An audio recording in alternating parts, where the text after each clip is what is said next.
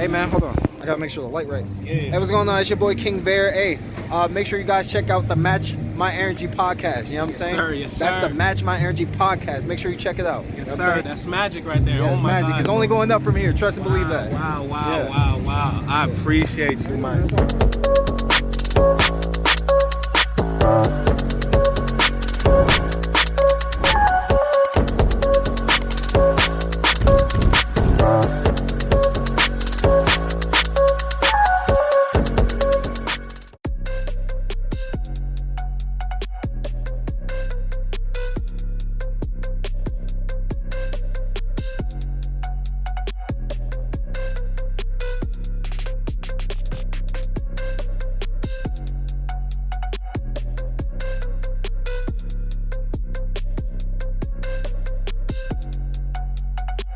You know, if you've done something 100 ways and it's not working, then maybe on your 101 way, it's time to try a different way. You know what she needs? She needs like some Vlad TV type shit. Bro, I don't know what you mean, but I don't think I'm the answer. Either way, bro, that was just weird. Yeah, no. So you were mentioning exposure with the content through Facebook and all that? Yeah. Oh, Yeah. yeah, I mean, just to reiterate, I was just kind of curious, you know, as I like, you know, start to like kind of build out a library of content and kind of figure out where I want to live, like, like how the numbers convert, and like if you have certain goals that will guarantee certain, I guess back pay. You know what I mean? No, I hear that. Well, for example, TikTok, I'm not too sure if it's specifically Toronto, Ontario, or anywhere outside, but you don't get paid. No matter if you have a video from 1,000 to 1,000,000, you don't get paid for it. Okay, right? I just learned that today. You know, so it's literally only TikTok America. accident. If you're in Canada, Americans get paid by the viewership, but Canadians, we don't. That's not Does that fair. have something to do with the recent bill that was passed as far as No, media this, and news? This It was before the bill, because I remember you told me this a while ago. It's been going on for a while. 'Cause Yeah. I hit my first million, I want to say, about 3 years ago, and I haven't got paid not a cent. But why Canada though? Why are we excluded from the revenue? I think I really don't know. I just know America, they get paid, and if I know the numbers specifically, I think it's like, for example, every 10,000 view, you get like, I want to say $5 or something. It's like a low number. It's not really that great. Right, you're getting some money. You still get compensated. The only way you can get compensated through TikTok is through ads, and that's how I got paid. Is connecting with other brands and other businesses and doing commercials, like sponsorships and commercials like that. Oh, so that's the only way for TikTok. Instagram itself, never got paid for that, so I don't know how those numbers work.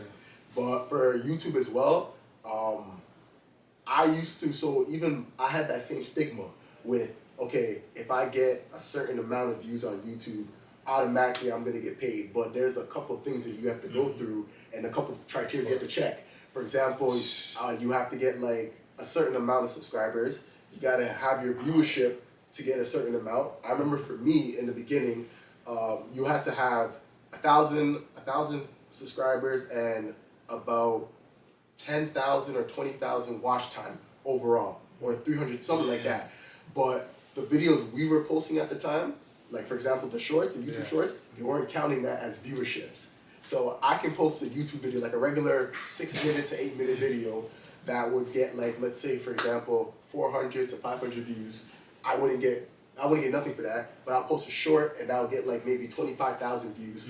But it's not being counted into my viewership. Why is it not being counted? I don't know. Now they passed out a new update where it's like, okay, now we're gonna count YouTube Shorts as your viewerships now. You have to get like 1 million or something like that. 3 mil. 3 mil now. 3 mil. What? Jesus. Yeah. My You gotta get 3 wicked, mil. bro. And it's not even 3 mil all the time. It's the last 90 days. Exactly, yeah. The Last 90 days. You gotta get 3 mil. Yeah. So in that bracket, you need 3 mil. Yeah. Or you don't get. Or you can't be set up. You can't be accepted to be monetized for your shorts. You're a liar. Yeah. Bro, What the?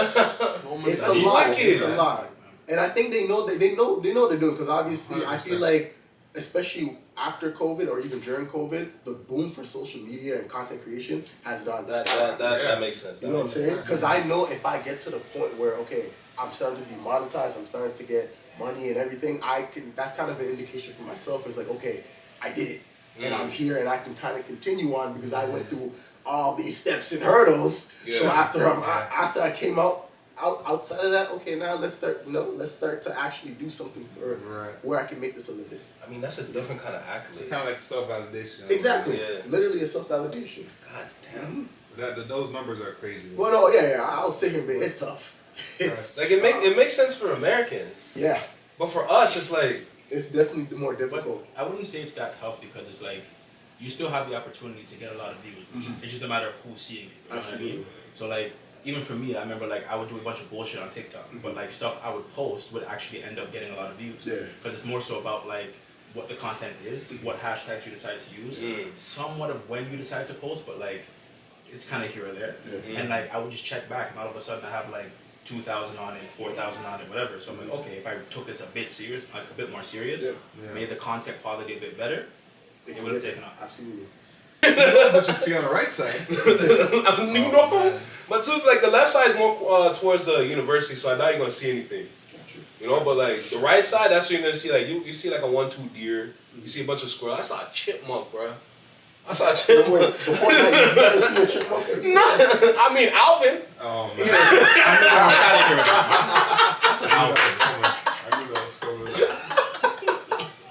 Or fucking like Chippendale. Alvin is crazy. The Chippendale Rescue Rangers. Chippendale. You cut it right there. That's a teaser right there. That's a chip in the day.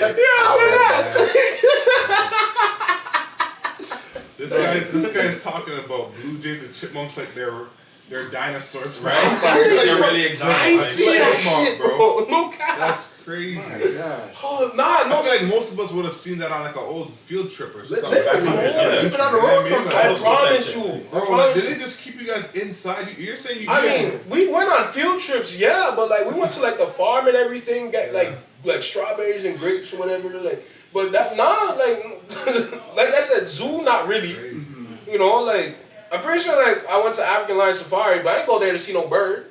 Like I'm not going to no, like as a kid I knew like why don't I want to see a bird when they fly around free like you know that's my thinking. That's how I was thinking. So what's the most exotic animal you've seen then? Because I'm very curious now. Probably a woman at this point.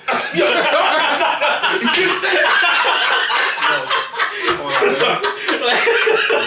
Let me not hit the first like that. Oh my God. Mixed breed thing or something. you know, like a biracial child. Oh man. Oh shit. Honestly, probably like some sort of like what you know that Geico lizard. Okay. I seen that in Jamaica. Like the ones that, like the She ones didn't that say on the commercial. Yeah. in the commercials. You been to like Miami or something? You never been? I went to LA. I didn't see no like anything special. I saw birds. Like, Birds. yeah. Love birds. Love birds. Since you got a dose of the birds, you can't get enough. Can't get enough. It just be everywhere, bro. You want to say, okay, see, that's a pigeon. I know that now. You know? That's a pigeon. Crazy. Trust me, bro. Even like okay, maybe like a parrot. You know? I'll be real. I don't know what it is. I just don't believe parrots can talk. I haven't actually witnessed it. Really? I swear. I can definitely talk, bro. I swear. I haven't seen it. And every time I see a video, it seems so fake. I don't know. Maybe I sound crazy, but I haven't. You think that's like some sort of like you know? Like, I don't know. And maybe it's one of my it's a conspiracy theories, but there's just something about seeing a parrot talk. I can't believe until I see it and witness it with myself. I don't know. That's interesting because I seen them shits talk, and I ain't gonna hold you. Like, when I heard the bird say "bumbleclot," You heard a bird say that. it was a Jamaican woman with a parrot. What would you expect? You're talking about it's like literally someone. Isn't it funny how parrots like they can kind of specify or pick certain things to echo? Yeah, it's crazy. They have some echo mechanism that allows them to repeat words that they hear, but it's the fact that they choose certain words. Like some of the videos I've seen viral, like I've personally heard parrots speak. Whether there are people that I know that have pets and things like that, but the ones that go like the videos that go viral are always like them saying some out of pocket shit. Yeah. No, of course. So it's funny that they choose to repeat that out of like maybe 1,000 words that probably been said during the exchange. But they know what they're doing, man. They're not dumb animals. Wow, for real. They're not dumb That'd be animals. some funny shit, bro. I ain't gonna hold you. Anyway, I guess we can get into like the main topics for today because we're mainly focusing on like comedy and entertainment. I don't want to take too long either because people got lives. You know what I'm saying? So, and plus the Super Bowl. You know? We all place our bets? Oh no, yeah, you know. Nah. I haven't No? placed no bets. I bet on myself. I don't Come on. I don't know about we can call them stocks. Alright. Okay. I invest in some stocks. Alright, so let's start with everyone's favorite comedian. Bernie Mac. Yeah, look at this nigga quick. Bernie Mac, eh? Yeah. Favorite comedian. I got Cat.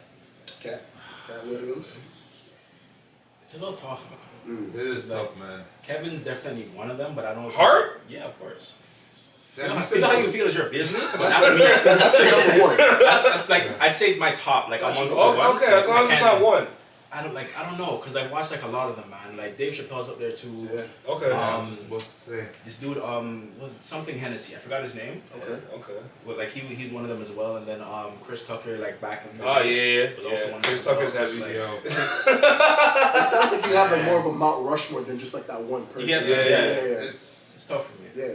But I hear what my guy's saying because it's like I feel like I've experienced comedians in different eras, and like they've like almost like not almost like they've like solidified that moment that like I learned about them. Like Exactly. Eddie Murphy, you know what I mean? Even when he did stand up, Martin Lawrence when he did stand up, like so many people come from a stand up world. It's hard to say like you know who your favorite is, but I'll probably say Chappelle and Chris Tucker is probably fighting for the top spot for me because these are, and I'm talking about people who made me want to do it. Like I could have enjoyed an artist doing what they're doing and just stayed on my seat and be like, oh, that was I enjoyed that, right? But between Chris Tucker and Dave Chappelle, they actually made me want to do that, like and think that it's possible that I can do that. So. And another one for me, Russell Peters as well. Russell Peters, you see, he has a special Canadian place. too. He has another special place, man. The master of self-roast and roast period. You know what I mean? So like, all those guys that were mentioned here, like all have like special eras in my life. Like Cat Williams when he did, when he came out and every day was hustling. That's a funny one. Iconic. Like, bro, it's like, what was that special called again? I don't even remember what that shit was called. I but know just he was in remember the black beginning. suit. He's in the black suit. Yeah. And there was the light in the background. It's my Probably comedy. the funniest intro to a comedy show I've ever seen. no, And hands I did a down. whole Hands act where down. he played, he's like, you can work at a McDonald's. And like, he did a whole thing where it was no words, he just mind, listen, like, it's creative genius, man, at its best, you know what I mean? So it's like, I feel like I can hand pick a moment that like won me over from a comedian and says, yeah, this will always put you in a special, That's what's up. place. So it's really hard to say one comedian is No, that's fair. your favorite. Cause I truly like I definitely have a top, but like there's always close seconds and thirds and everything, right? Like, honestly, like the reason why Cat's at my top is like ever since he had that comedy special in that green suit jacket, Oh man. He man, was sweating profusely. oh my god, fuck, That's hilarious. bad. But nah, after that one, and then like he did one on BET. He was in like a brown like khaki suit. Okay. Even that one was funny. Man's like, you go to P Diddy's house or whatever, and like you got the popcorn popping and shit at the place and shit. Then you go back to your place and pop regular popcorn. I don't even want this buttery bullshit. You know what I'm saying? How can you go back, right? You can, bro.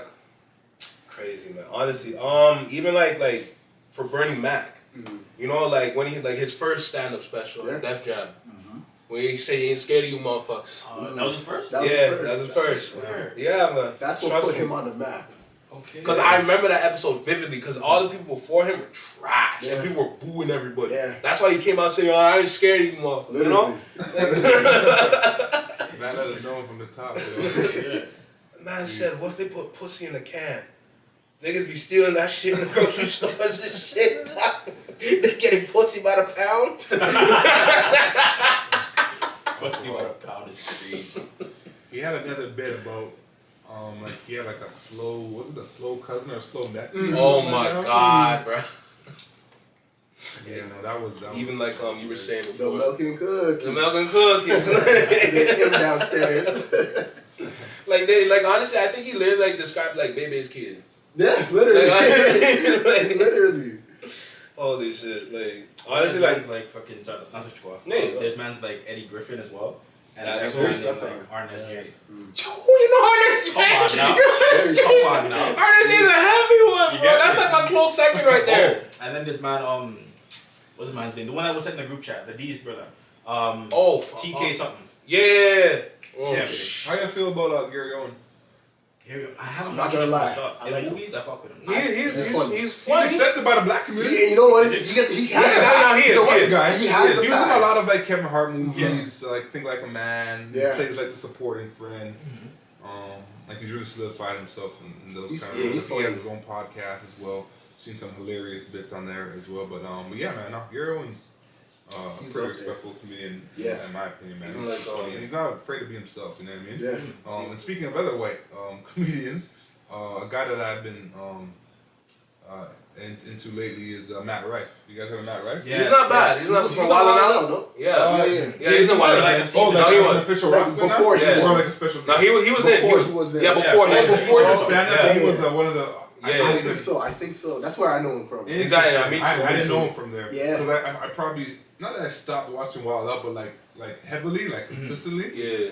Like how many seasons are there Wild Out? Like First 20 something now. It's like like the Young and the Restless. yeah. You know? So it's like now you just kind of see the viral bits on Yeah. on social media, but I never noticed that he was part of that team there. Yeah. I noticed him Yeah. as a stand-up comedian. Nah, I remember specifically why, like, cause like that one Justin Bieber joke was like Justin Bieber growing up, and then at the end goal it was fucking DC standing there. Cause you know, exactly in the IG thing, it's like, oh, now he black. Like, You know, his crowd game is pretty crazy. Like, you know, like I don't want to describe the man. You know, there's people saying like there might be an act, but it's like how he handles those situations, bro, on the spot are phenomenal. I think that's what really engaged people's attention. The fact that he's just so good on his feet. And I think his stand-up special was like sold out in like, especially in Toronto. He's going on tour this year. Like I think it's sold out. But you know why? Why? A lot of girls about it. Yeah. Oh, from 100%. But yo, this is the man. This is the smart man who knows his audience. You know what I mean? Like, But he got into he plays to the woman. You know what I mean? But he got into some controversy with one of his stand-ups. Oh yeah, The I Netflix heard about special. that. Yeah, exactly. What happened? Something he said. I don't remember. He said exactly. something and it just didn't resonate well with the crowd. Oh, okay. Yeah, one of them ones. You know, everyone's soft now. They're trying to cancel him. Yeah, that's the thing, man. Like, you gotta kind of watch what you say nowadays. But And do you? and something you don't. You gotta be aware of the consequences. No, I think you And do. it sucks that like we have to worry about being canceled for just saying something in a comedic form and just basically just our opinion at the end of the day, right? Whether it's wrong or right, it's just a view. It's one when it view, comes one to comedy, perspective. Exactly. But people are everything- just coming for everything and anything. I think you do honestly have to watch what you're saying, because especially now that everything is under like a super small microscope, especially comedy entertainment, and people will just run through it, and now they got their platforms to be like, oh, I don't like this person because of that. That's the real danger. Yeah. The fact that people are using their backing, their community to turn against you. Like it's like those are that's a 1 million people that could potentially Ruin your whole career. Ruin your career because now they're all enforcing what one influencer is saying, and it just spreads like wildfire. Yeah. It does. Right, It does. which is I feel like with that though, like it's just another sense of like bullying in my head. Yeah. Oh, It's like, 100%. it's obviously gonna affect like a lot of like revenue and like business and whatever, and credibility and such. But like, how many times have we seen people be canceled before cancel culture was a thing, and then they come back up like nothing even happened? You know what I mean? So it's kind of like, obviously you want to like respect people as best you can, but with comedy, it's one of those ones where it's like anything's funny until it happens to you, kind of thing. Like, you know what I mean? But then it's like you should. I'm not saying should, because everyone has their like feelings or whatever. But like, you can find the comedy in it. It's just a matter of, can you bring that out of you? You know? So I don't know. It's dicey for me. No, that's a good point. Some people are coming in the whole thing biased anyway. Some people already have pre-programmed the fact that they're just not going to support you and not going to like you. So it's already kind of like a done deal. You'll never win with them. But, you know, you'd hope if, you know, you did make a mistake according to public eyes that, you know, you would be forgiven. Like, what is the very definition of being human, right? It's like, you know, if we can't be compassionate and forgiving, then like how can we ever better ourselves, right? Absolutely. But then when we talk about bettering ourselves, in whose eyes, right? Like you might classify or define yourself as I am a good human. Someone else is out there rooting for your downfall, saying you're a terrible human. So it's like at the end of the day, everything's subjective anyway. It bothers me, bro. I ain't gonna lie. Nah, honestly, cause I want to say some things, man. Yeah. Like trust me, like you've heard some of the shit I said. Like, a lot of shit, bro. And then like even when I like work security, like I be saying some crazy shit, bro. I ain't gonna lie. But like it makes people laugh and shit, you know. Like and sometimes you have to say something wild, but nowadays you can't. Yeah. And I'm just like sitting there, like, and people want me to do comedy, like stand up and everything, cause like when they hear me say things, like I say some, bro. Have you done stand up before? Nah. Have you? Well, you clearly thought about it. I definitely thought of it, but like I honestly think like if I was to start my first day, I'll get canceled, bro. I ain't gonna hold you, bro. I promise you. But you're bro. also in control of what you could say. Absolutely, but I know if I want to make people laugh, bro, I'm just gonna screw it. No, I respect the fact that if you're gonna do it, you're gonna be unfiltered. Like you should. Every comic should be unfiltered. Like the fact that you have to go on stage and like prohibit certain words because you have to be sensitive or like if you do it you're insensitive. It's weird, man. It's just very weird. You know, it's an art that's super affected by this whole cancel culture. But hey, man, give it a go, man. And I don't know. I don't know, bro. I'm not gonna lie, like, cause I get a lot of my inspiration from like Roast Me, All Deaf Digital. Yeah. Y'all know, like what's his name? Craig Smith when he said the man bit the boom, like his mouth looked like he bit the boom out of a bomb. Well, what is your intention? Is your intention to go on stage and then just like pick out people that? I will do that if I'm like nervous and I'm messing up. Oh, okay. You know, that's the default. You know, like roast someone who's in the front row. Yeah. You know, God forbid you get a heckler though. That's what I'm saying. Imagine you get one that's like. He's standing 10 toes too. Let him stand up. Let him stand up. That might be the best thing to happen for you. I know. Someone could record it, and then next thing you know, someone posts it, and it's like. That's what I'm saying. If you come out, you know, the winner, then exactly. That's a great look for you right there. Nah, I promise you, like, if it's a one-on-one roast and it's someone I don't like, no. No, I will let you know how you look and why you look like that. Like, that's how it's gonna go. Come on, let's keep it a buck. I actually have a question though, because you mentioned cancel culture for everybody. Do you guys feel like cancel culture has always been a thing, or has it just been more prevalent nowadays? It's more prevalent nowadays. It's like we live in a soft era. Okay. Let's be real with this. Like it never used to be like this. Yeah. Okay. We're like even like when Def Jam transitioned to Comic View on BET. We have no problems. They still be saying the same similar jokes. You know, as soon as we get up into like the 2010s, it's problems. Yeah. That's honestly when I think things really started, when the soft era really came true. Cause it's like you sit there and it's just like, oh wait, I can't say this no more. We used to make fun of them all the time. Apparently, because the thing is, like, when this cancel culture is like, it's someone speaking for someone, and that person won't be able to speak. You know, like how, like, it's like, I think ratioing was always there. Like you could either tip this way or that way, but it was just like even if you're on the fall side of it or the back side of it, it's like, hey, you take your L and you're back doing your next thing, right? There wasn't anyone saying like this is the end all be all because you said this, right? So I don't know when exactly cancel culture became a thing. You know, I feel like it was probably around a time where, you know, certain celebrities, whether they be musical artists or actors, were getting, you know, I guess reported for like, you know, abusing their partners and things like that. I think that's when people started to say, okay, like we're just, somebody woke up and said, there is no more forgiveness in this world. Like we're just, once you make that mistake, you're done. You know what I mean? Yeah, so. Like, and also like, I'd say like, there's only so many times you can make certain jokes. Until it's like really hitting a sore spot for people. Like in terms of like, you know, the R word type stuff, like that used to be very prevalent back in the day, like back in like my middle school type shit. We'd make fun of everything. Like everything, it didn't matter, like turbans and like all different type of things, right? It was a different time. We're making fun of people in wheelchairs, But here's the thing, though, like even though you specified a certain group, they also had the power to hit us back where it hurt, right? Yeah, they did. Everybody knew everyone's like sensitivities, weak spots, or just like stereotypes about different groups that they could use as ammo. So it's like you said, it was a more acceptable time. So I don't know what changed or when it changed, but crazy. Like, you remember that Rayshawn J joke when he was going in the crowd asking people, "Oh, you think that you that guy? Say this real quick." Yeah. And the man took too long. They said, "Oh no, he belonged on the short bus." You know? like you can't do that no more. You know? And honestly, I'll be honest. I honestly think cancel culture has always been a thing. I think it's just because social media.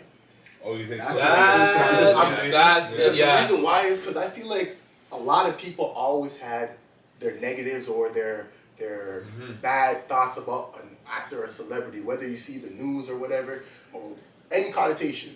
They would always have their say, but since there wasn't really of a platform for other people to voice their opinions or even for something to go viral, then it wouldn't be as big. Like, you would see something on the news back in the day and be like, okay, wow, we don't like Bobby Brown or we don't like NWA because of this. Okay, bet. And then they drop a new album. It's like, oh, well, I don't remember what they did last time. Opposed to social media, imagine if we had somebody like an NWA sing, rapping the stuff that they do. Not saying that they're bad or anything, but the way how people are sensitive, they catch that on social media. In this day and age, be like, see, he's not for the people type shit. Yeah. Because there's no social media. So I feel like cancel culture's always been there, but it's just so big now because of social media. Yeah.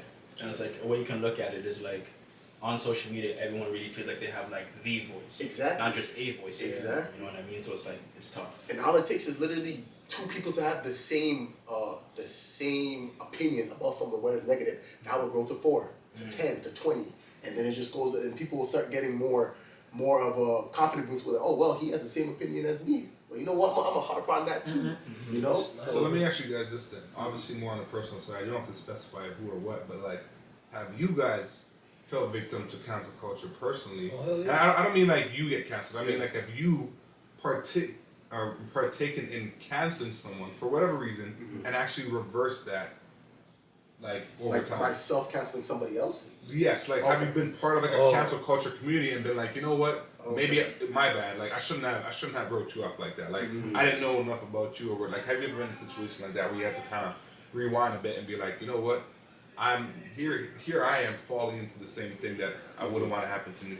And you could kind of reverse for any reason you might have pushed, but I'm just curious. Big box side. The Olympics Super on or Bowl something? pregame. It's the soccer. The soccer FIFA. Oh, soccer. Oh my Yeah. Damn, yo. I've never heard got of a so warm-up vocal game going for. on. That's hilarious. That's perfect. God. Me personally, I don't think so. I ain't gonna lie to you. Yeah, same. I think for me, I've never actually been a part of a community per se, where it's like, I've had my opinion on somebody where it's like, okay, I don't rock with that person because of what they do, but I would never voice my opinion. Okay, fair enough. So on that note, because this is actually what I was getting at, is the fact that you might not agree or like a certain thing, does that automatically make you part of that council community?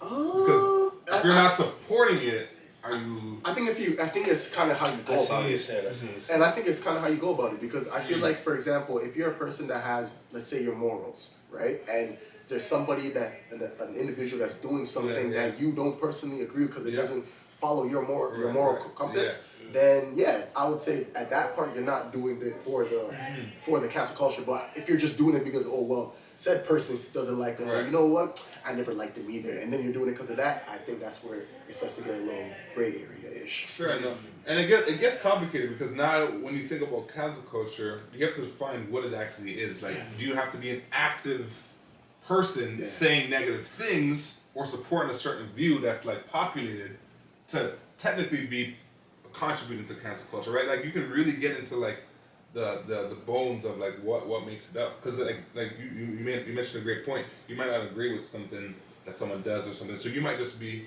you know, not really supporting them in a way, right? But you're not necessarily saying anything bad about them. You're not reposting or retweeting anything that might actually hurt them or make a negative side that doesn't believe in, you know, what they're doing, like they're that side of that opinion amplified. So it really is complicated when you really try to even figure out what the hell it is. You know what I mean? And have we either fell victim to it or have we contributed to it? You know what I mean?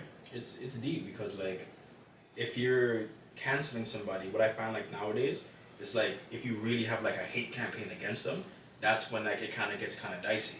You know what I mean? If you're deciding to just be like, okay, I want to stop this person's funds, I want to stop everything that they have going on, completely tear them down. Yeah. And some people are just involved in it just to kind of be a part of something. You know what I mean? A lot of people don't really have an opinion on shit, but like even the ones that do, they decide that okay, this is kind of how I'm gonna go about it. I don't agree with it. I don't whatever, but fine. Let's just kind of run with it. But for me, like I feel like there's kind of like an in between space because it's like you said, you don't have to morally agree with what they're doing, but like you can keep it to yourself. You can kind of mind your own business. You know what I mean? There's people who like will know of certain things that like, okay, I don't like the fact that this person hangs out with X people or whatever the case may be, but like they're not gonna stop. I'm not gonna stop them from being my friend or you know what I mean, like kind of things like that. So it's like it just depends on like how involved you are in terms of canceling them or just not being a part of what they're doing. If that makes sense. I'm telling you, it's a complicated thing, man. No, my question now is like after you saying that, would you say like that's like a form of gatekeeping? Elaborate. Like, so with like the cancel culture, everything, right? Like, a lot of the times, like it's actually like it's not. I'm not saying all of it is like false, but a lot of times it's false like info that they use to cancel. Yeah, like definitely. Right? They will make up information. That's the danger. And plant it. It's like people. Exactly. You know. Because like the reason why I say like elaborate, because when I hear gatekeeping, I hear like I know how to do X, Y, Z. I'm not telling people the secret or the sauce. That's kind of how I like. That's one form of gatekeeping. But there's multiple forms of gatekeeping. Okay. That's the thing. It's like when it comes to cancel culture now, like I don't say like all the time I see it as gatekeeping, but a lot of times like if things don't add up, but it's still like they're pushing it, like they could use that as gatekeeping to block out someone from their blessings. Okay. You know? I see that part now. Okay. Yeah, so that's why I say like even like when you get into like the Cat Williams special now, what he did with Shannon Sharp, like honestly the whole theme that I got from that is gatekeeping, cause like when you hear like all the info that he's spewing, and mind you, like all the people that came out and said whatever, they didn't deny it, you know, but like you can kind of see the gatekeeping in between each story he was telling, you know. Like even like he kind of did some gatekeeping too at the same time to Ricky Smiley when they switched the roles in the Friday movie, the Friday After Next or whatever. Okay. Yeah, so like he did his form, but like majority of his career, it's been done to him and other people, you know. Okay. It's the same thing. Like you have like Steve Harvey, Cedric, and they all like have their like allegations against him, and the allegations a lot of times are not true. Even like Steve Harvey, when you look at him now in his career, even like his TV show. And then when Cat Williams says like he stole the idea from Mike Curry from his show, and then took it and ran with it, he blocked him out from his blessing, and then took it and then did his thing with it. It was like damn near a lie. Yeah, okay, I hear it. You know. So would you say this was recent? I think Kanye like put out a statement saying he can't book a venue, right? Yeah. Because of his comments. I don't know if you heard, but yeah. So there was some kind of post I wanted saying Kanye's having some challenges booking a venue. Like this is Kanye West we're talking about, right? So would you consider that a form of gatekeeping? Do you think some higher ups Absolutely are kind of negating him from continuing? I guess his... Absolutely. Like, look at all the comments that he's made. Like I don't want to like regurgitate anything, but we all know the comments. Like we've seen at least one of his rants. Yeah. He's definitely getting gatekeeped from his his status, because like he was a billionaire. You know, he is that guy still. Everyone like appreciates his music to this day. Even his new album, Vultures, that he dropped. Like we all understand who he is as a person, not only in music but also in the fashion world. And then he still can't get a stadium. That's definitely gatekeeping, man. 100%. That just shows you like how mindful you have to be with what you say. And it's unfortunate, or it's either that, or it shows you that you might have to build your own platform, and then get back to the level of what they have, and then try to surpass that. And you know they won't let that happen. Absolutely. Yeah, let's keep it a whole buck. You can build up whatever you want. If you can't get past them, and you know you can't, because they have some sort of different kind of conglomerate behind them. That's a big word. Yes, I learned it from Busta Rhymes. I didn't want to throw you off, but I was just amazed by the word. This is like, okay, all right. You do read the dictionary.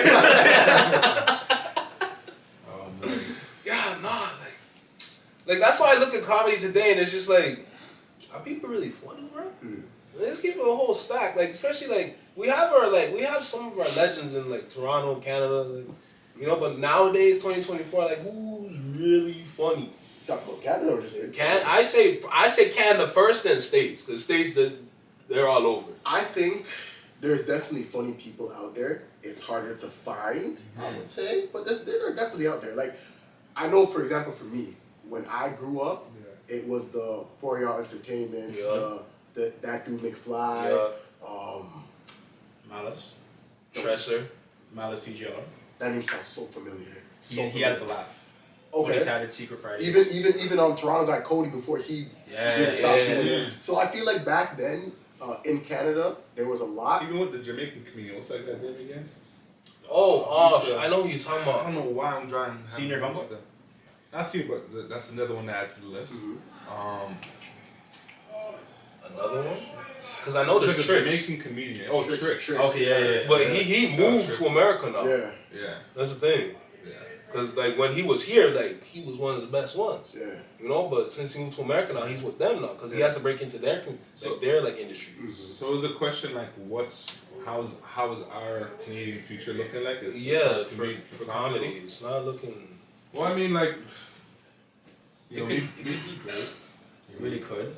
I feel like a lot of people just have a stigma towards them because like there's a lot of hate in the city because like it is like the screwface capital. Let's keep it a buck. And like, you know what I mean? If a guy really tries something, like, oh, look at this man. What does this guy think he is? Whatever. or he has to prove himself or get the approval of certain people a lot harder than he should have. It's not like that. And then on top of that, like if they're black, it's that much even worse. You know what I mean? So like it's really hard. But People like, just say you're not funny on purpose. Just so they can And say then they be laughing. let's keep it real. Like they be laughing, but they be on Instagram like, man, this nigga ain't even funny, bro. Trust me, it's I don't know, man. Toronto, bro. Like it's That's what I'm saying. but, That's like, what I'm we saying. have so much talent here, though. Yeah. Like we really do, but people are just like too boxed in. Like they're too scared to Remember really that conversation we had about how it is in America And I was just about compared to to say here. I was just if you look like at, for example, the UK, like to your point, I like to bring up the UK because if you look at guys like, for example, like the Chunks, the Phillies, the Hippies, or whatever, it's not even just them. They're getting collaborated with even musicians. You know what I'm saying? They're getting collaborated with the musicians, the artists, whatever. They're like this, like. It's crazy to me because I'm thinking. such a collaborative world, man. You know what I'm saying? Because I'm thinking about like, yo, back then when they were just getting like to the point that they're trying to get to where they are now, they were still collaborating with bigger names than they are. You know, and it was just great to see. But here in Canada, you would never see something like that. You know what it is?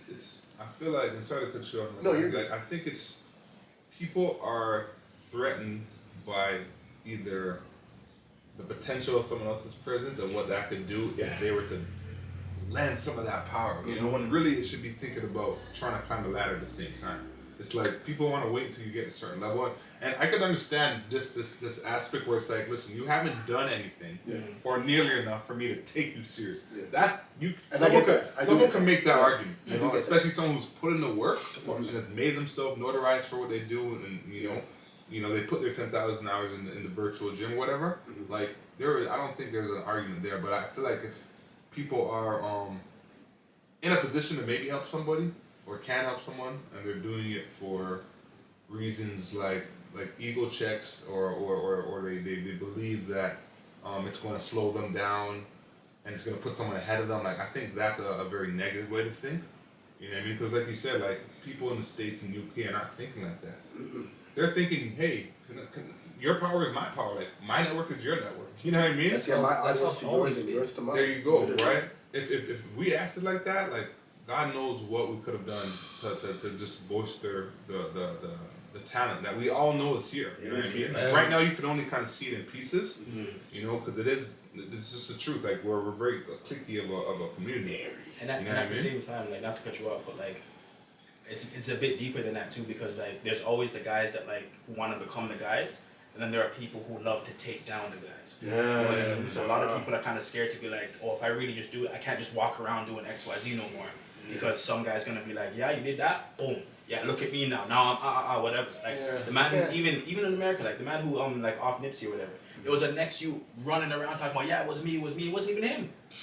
You know what I mean? So like it's a lot of weird shit. So like, but like it's tough, man. But like actually, yeah, the UK is like a crazy scene, and we can really like remodel everything we have off of that. Oh, the amount of shows that they have, Philly and Trunks. Trunks in Philly, Shits and Gigs. There's Oh. bare other ones. Even like, man. I was gonna No, start to even cut you off. To even like not even them as a person, but just for them to go on to show their talents, like what's the things that they go on? The Foot Asylums, yeah. the Wall of Entertainment, Wall of Comedy, just stuff like that. Yeah. Like there's so many avenues for them to go on them and be like, okay, man, let me come on your channel and do that. It's different out there. But you know what? Like, as much as like it's in the UK, it's also here too. Or sorry, not here, but like in America.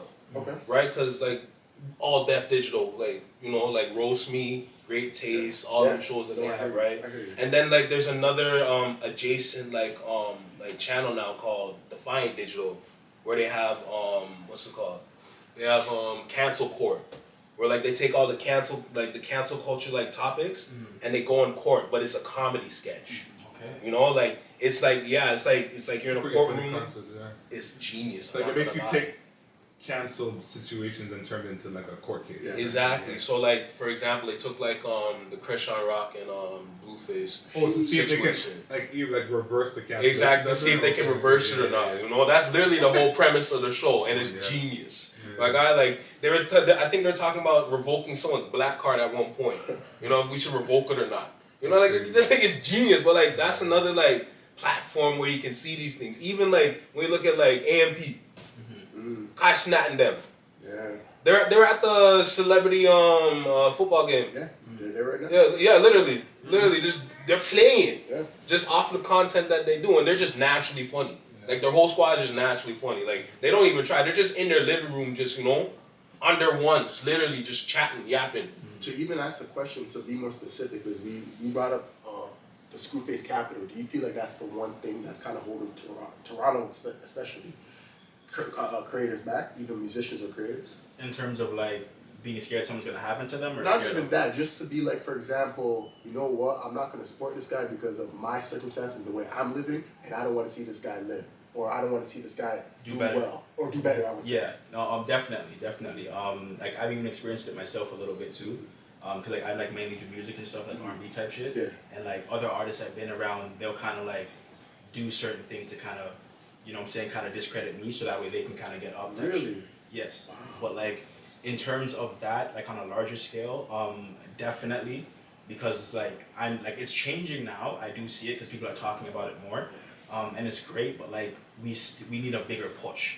So I would feel like if man's like, and it's not their responsibility, but if man's like, you know, for y'all and like Marlon and them, if they were to come together and do something like kind of like what Players Play doing. I don't know if you guys are too familiar with them, but like Yeah, like they have people come on and they do exactly. But like you see how they have the dating thing now. Yeah, Right? yeah. If things like that for other people to kind of go onto their show and kind of just like do more things, like do like there's a shoe fit from like Water Productions and Philly and them and like other things, it would make shit a lot easier. But like it's changing and it's great, but like it needs to happen more.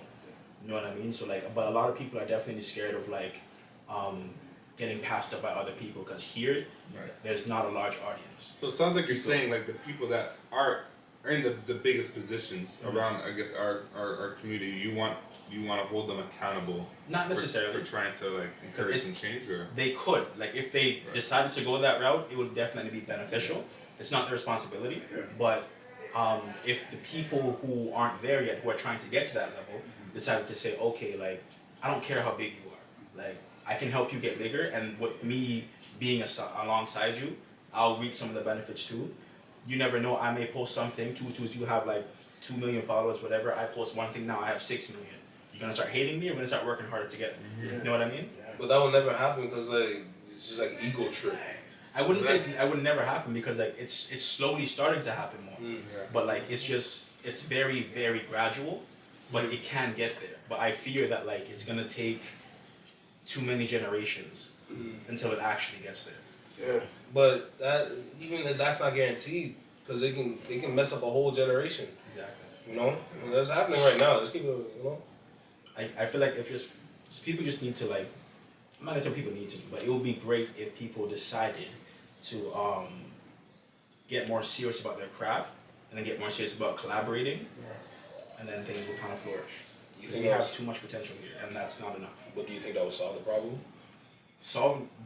People need to change themselves in order to solve the problem fully, but to solve the problem of collaboration and like artwork and notoriety, that would definitely change if people just did more collaboration and stuff. So how do you think there's like a core way that people should go about trying to activate these partnerships or these collaborations? Because when I look at it from a film world, I know Don, a director, or John Batcher or Warren Sonata. They're not just going to like say, "Here, Adrian, come on my set." Like I feel like I have to show the interest first, and maybe I need to plead to them to say, "Hey, I would love to shadow you." Or even propose the fact that I'd love to be like mentored by you, So do you think like up and coming content creators have to kind of treat the same way, saying like, listen, if you admire someone that's clearly in a position where you could see yourself growing to, do you think it's the accountability is more on you to kind of reach out to be like, I would love to learn more from you. Like I wonder if you have the capacity to mention me, right? Obviously, if you get rejected, that's a different story. But then you gotta go look somewhere else, and you can take that at face value or whatever, and kind of go about your way. But for sure. Because like I said a little earlier, like it depends on how serious you want to take yourself as well, and then how serious can you look at someone else and say, if we just did this, it would go. Even whether it does or doesn't, it's just a collaborative effort. You know what I mean? So like, if people did decide to say, let me try to make the attempt. If I don't get it, fine, whatever. Let me keep working on my thing. It would definitely change a lot of things. And if people decided to, let's say, not necessarily shadow somebody else, but like if they actually said, regardless of what's gonna happen, the more we collaborate, the more opportunities we're gonna have, that alone would change things. And also with the people at the top, like if you see the younger people or the people who are like kind of going in your avenue, wanting to do certain things, just reach down. You know what I mean? Like it's not your responsibility, but like if you really want to see a change within the city and you're from the ends, just say, hey, I like this person's stuff. A simple post on your story, like what Chris Brown kind of does. He may not post a person's like at name or whatever, but he'll post that person. People will see it. You know what I mean? And if you take it a step further and actually post that person, or even say to yourself, yo, this was funny, whatever, reach out, it would change things immensely. It really would. I agree. But like I don't know. People just are stuck in their ways. The problem is that it's coming from Chris Brown. Don't do that. Don't do that. Let's be real. Let's be real. What do you mean by that? Let's be real. Like the man's been canceled every waking moment of his life. And look where he is now. I understand that. I'm a fan too. Don't get it twisted. Sure, cause like no, but you gotta see both sides of these things, right? Cause look how long it took for him to get back up to the top like that, you know? Cause like he's been canceled ever since every situation that happened. Okay, I think what's your point point is still canceled though. See? You know what? You could argue. I said to a degree. I think that's what I was gonna say. Yeah. You could make the argument that, like, cause he still has a part of get his shit on the radio and stuff like that. But it's like, shit, yeah. when do you guys really think we'll see Chris Brown at Super Bowl? Like, never. Like it's like when you ask certain questions like that, to a point, people who were publicly canceled could still be argued that they're canceled, right? I love to see the boy thrive. He's one of my favorite artists in the world. And he's probably one of the most talented artists in the world. And you cannot deny, nothing he could have done could make you deny the fact that the brother is super talented, one of the most talented since MJ, right? So it's like, those are all facts whether people want to like it or not. But I think to the bigger point is, how do you work around it? How do you work with those restrictions? How is it possible to thrive outside of those restrictions? And I do believe you could still be canceled and thriving at the same time. Like there's very special scenarios, but yeah. You gotta understand, like for Chris, like social media, he's canceled. When he's out there performing, it will never, because his fan base is his core. Like exactly that they made him what he is today. Literally, that's the goal. Like that's the role of a fan. You know. Right. But even just from a human side of it, like if one of us here was to make a mistake on the show, if I rub someone the wrong way, like I would hope that you guys would be forgiving to me. It's like we're basically saying we're not allowed to make mistakes. Yeah, I know what I mean? And like if a person has actually shown that they're actually sorry, and there's not maybe a repetitive history of it happening, frequently after that, then like at what point do we say, hey, maybe this person is trying to change? You know what I mean? And like take Chris Brown out of it, like anybody that's got cancer for anything, right? You know, but at the same time, you could, you know, it's tough. Like I said because something before, could happen to you, and now you might have a new bias, right? So exactly. if someone does that to you, now you might not be as so. It's right. like, I can't hold any. That's why you can't really judge anyone's specific opinion. Like, yo, if you don't rock with it or you do rock with it, it's because we're all living like just a human experience, and like we're all growing at different rates. You know what I mean? So like it's kind of like a relationship, an example. Like you're meeting that person where they're at, and like every one of us, I met you where you were at. Same thing with all of us here. We're meeting everyone where we're at. So it's just a matter of figuring out where you are. And again, is that person actually sorry for what they're doing? Will they do it again? If they do, was it an accident? Was it on purpose? And like, how do they feel about it? Well, like, are they the type to go and do it again? Are they the type to actually apologize and mean it? Or like, is it just a safe face? Like, it's all like a gauging experience. But like, once you're able to find those kind of people who actually like are genuine people, then you're good. But like, at the same time, you still kind of have to look out because you never know what can happen at any point in time, whether it's on purpose or accident. So you also got to understand like the mental health that goes into these things when they happen, right? Yeah. Like look at his life. Like he's been in the industry since he's a youth. Yeah. So he's like an industry child. Like when you're raised through industry, you're gonna see everything different. It's not regular for us. You know, they might get glimpses of that where they can kind of understand, but they can never fully understand because look at the life that surrounds them. You know, people don't take that into consideration, or they don't care. And some are just ignorant too. That too, like even think about it like this, like when they canceled his Michael Jackson tribute. That was crazy. That's disrespectful, bro. That's like an 8-minute And the tribute. reason why I have I don't like, I'm not disagreeing about the decision. By all means, do what you gotta do to save your brand or whatever. I just didn't like how they went about it because I'm maybe I'm remembering wrong, but didn't they cancel it like a couple weeks before? Yeah, it was pretty soon. It was like it was like a couple of days before. Because I know Sierra and them they're practicing, they're rehearsing and everything. That was supposed to be the surprise. That was supposed to be the surprise. Sierra was supposed to be the surprise. And, and then they said, "Oh, he's not performing anymore." I was like, "Wow, they handled that." It just seemed like they just kind of slipped it in, and you it's know, just like It's not even like he did anything at the time either. Like, you know what I'm saying? They're just like, yeah. But you gotta know why though, because like obviously. And that's what I'm saying. Like, I don't disagree with your decision. Like, at the end of the day, do what you gotta do to protect your brand. But you could have definitely gone a better way. Exactly, because like from like the background we come from, like advertising and everything, like they could have lost a lot of advertising dollars because people are ignorant to the fact that the situation did happen, but because the situation was such a big situation, regardless of how many years it's been, it's still prominent within like a lot of people's heads. Like, oh, look what he did, how could he do that? But it's been like almost a decade. And there's still like allegations towards like Carucci and what happened. Yeah, that may too. not happen with her as well. Too. But you'll never know the situation that happened. It's just as soon as it's on like in the news and they make the headlines and the articles and everything, like, it's there. Yeah. You might say, oh, this didn't happen. You go on Google, boom, it happened. Everything on the internet stays forever. That's the problem. So like, that's like another form of gatekeeping all over again, bro. Yeah. You know, it's tough. It's tough. It's really tough, and like, you'll never get a talent like that ever again. There's no artist that's out currently that has that kind of like showmanship, has that kind of like dexterity, anything on stage, has a squad of dancers that he can rely on to deliver a performance. Like, who really has that? The closest we can see is probably like Victoria Monet. But after that, who else? From the new generation. I mean, listen, you give me 10 minutes of Chris Brown choreography, I'm sure I can bust a little tempo. You give me 10 solid minutes. I'm sure I can work it out. He's a talent.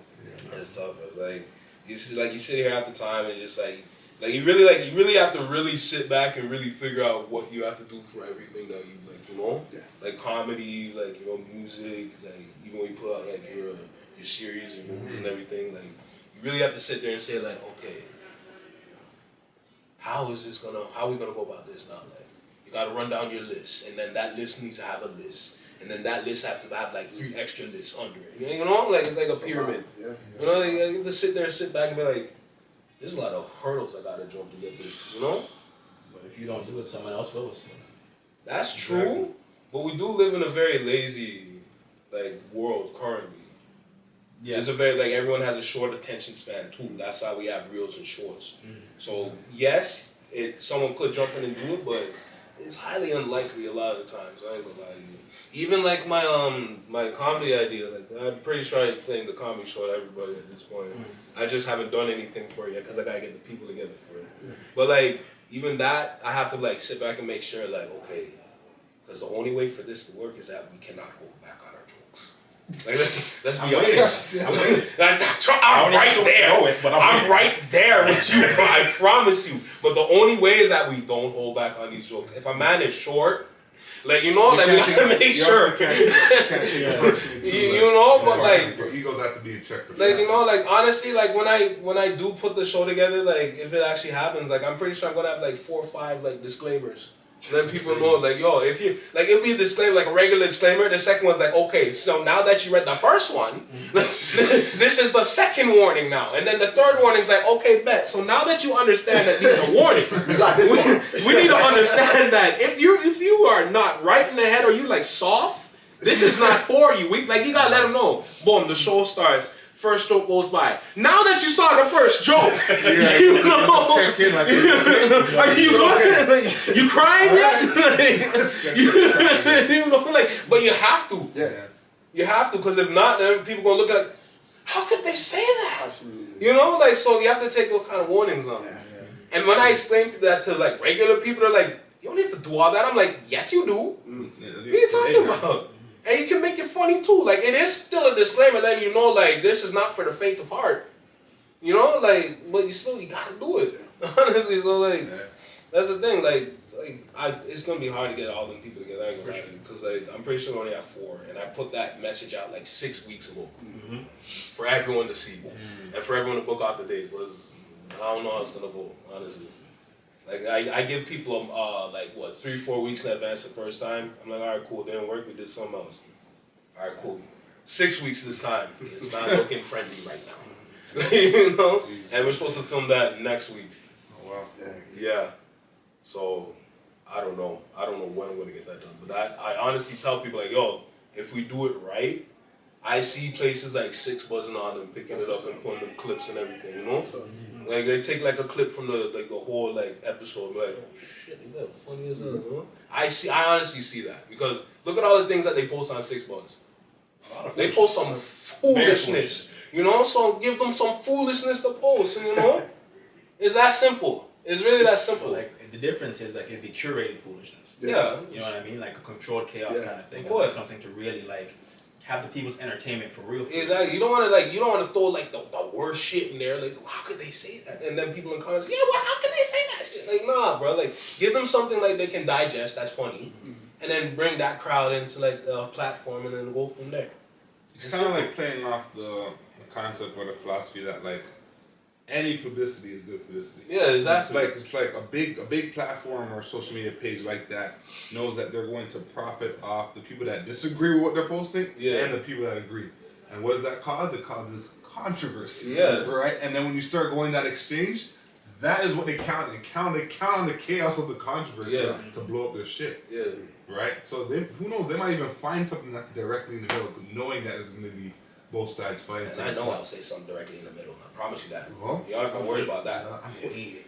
You know I trust me. I can go left, I can go right. Just let me go. Like, I promise you, bro. There's someone. It's crazy to think about how, like, when we talk about different, not necessarily genres, but maybe media forms, like documentaries, for example, like they almost have to be one-sided to be successful. Like, sure, you can leave it a question, but I think you lose respect if you don't make it a thesis statement. And your whole film is not trying to prove the statement.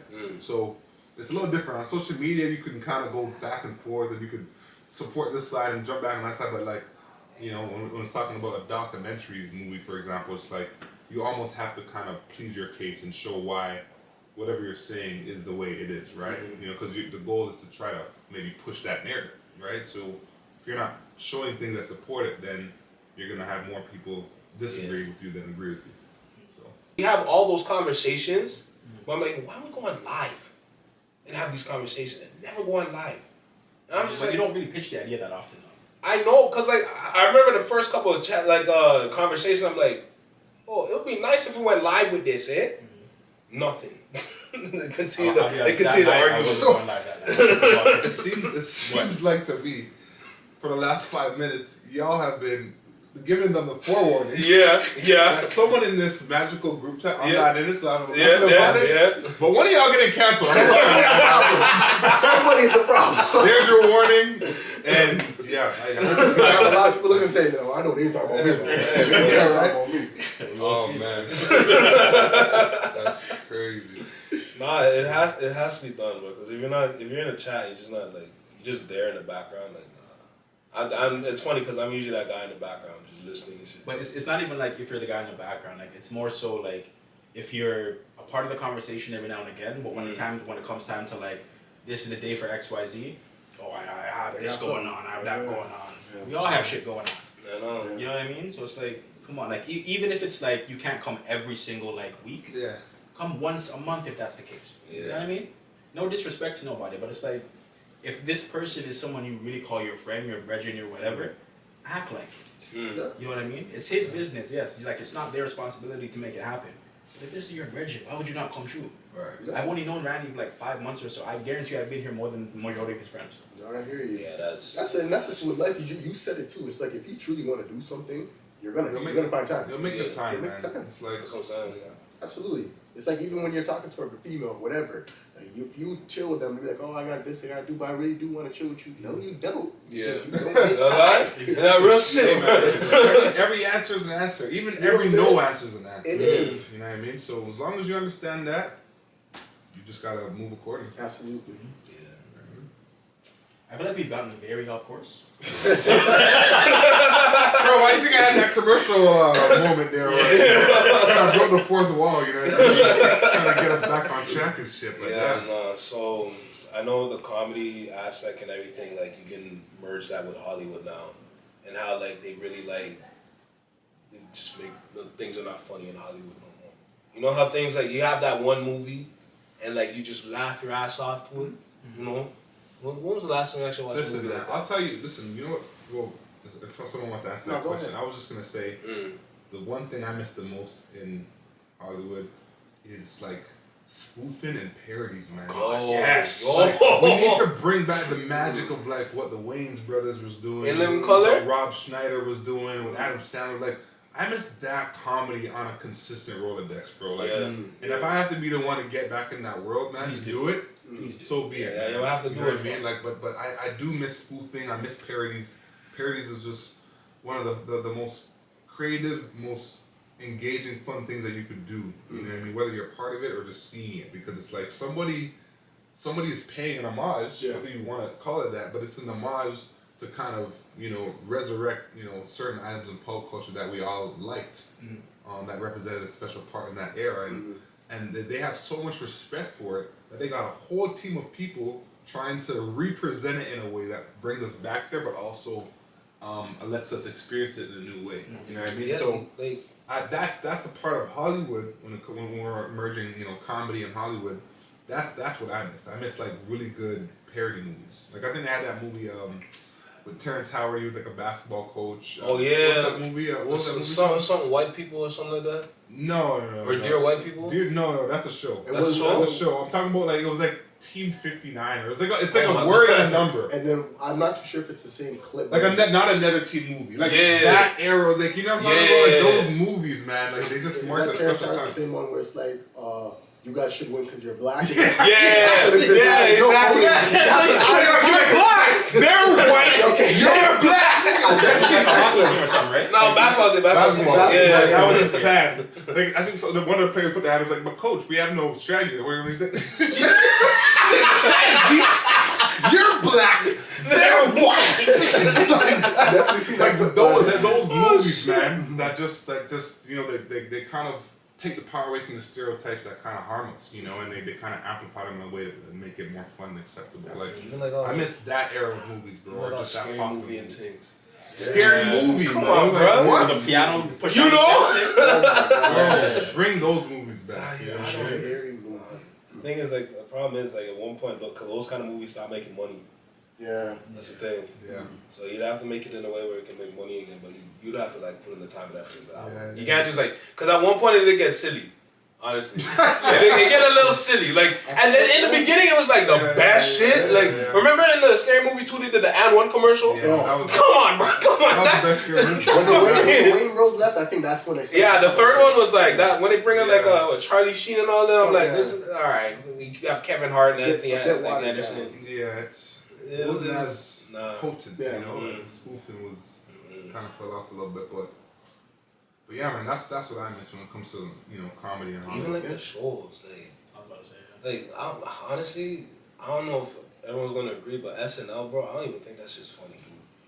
I ain't just wow, I ain't gonna hold you. I remember I watched like one episode. I'm sitting there, I'm like, is this what y'all like? Like, I'm just like, this ain't this ain't In Living Color. This ain't this ain't all that. Yeah. This ain't even the Amanda show, bro. It's interesting. Like, It's interesting. SNL, for example, like I remember back in the day, like the consistency of the quality they used to put in, and I'm not dissing its more modern, episodes or anything like that, but I think now it's kind of like who's coming to the show. It's like that's kind of like like now we're really tapped into marketing and using star power to like bolster our content. And SNL is no different. It's like, hey, they got Kevin Hart guest hosting or guest starring on the show, and it's like they become part of that world in the show. So now it's like celebrity guests bringing their platform to whatever stage that they're going on, right? It's like it's weird. It's like, is it SNL or is it SNL with Kevin Hart? You know what I mean? Yeah. So I think that's maybe why it fell off, because maybe they couldn't keep up with or actually a lot of the stars that they had left. Yeah. And now they're individuals now. They have their own independent market now. So it's like, I won't negate the fact that SNL has a hard job to keep up that generation of talent that people are going to be glued to. You know what I mean? But it is tough, man. Things have definitely changed. You know what I mean? But I mean, I know once upon a time I wanted to join the SNL cast. You know what I mean? That's when it was probably at its peak. You know what I mean? But like it's not easy. Like you gotta have characters down pat. You know what I mean? So I you can't discredit anyone that has gone through and has even got that far, because like it's a hard craft to maintain, man, and to constantly get better at. So, but you have a different opinion? No, I'm not saying that. It's just like SNL. I'm just saying like people. I hear people talk about it all the time. Like, oh, you saw the skit yesterday. I'm like, bro, this shit was not funny. It's funny to an extent, because like I'm sure we want more from it, but like if you look at it from like with a more open mind, it is funny. It's just not hitting the same. Right.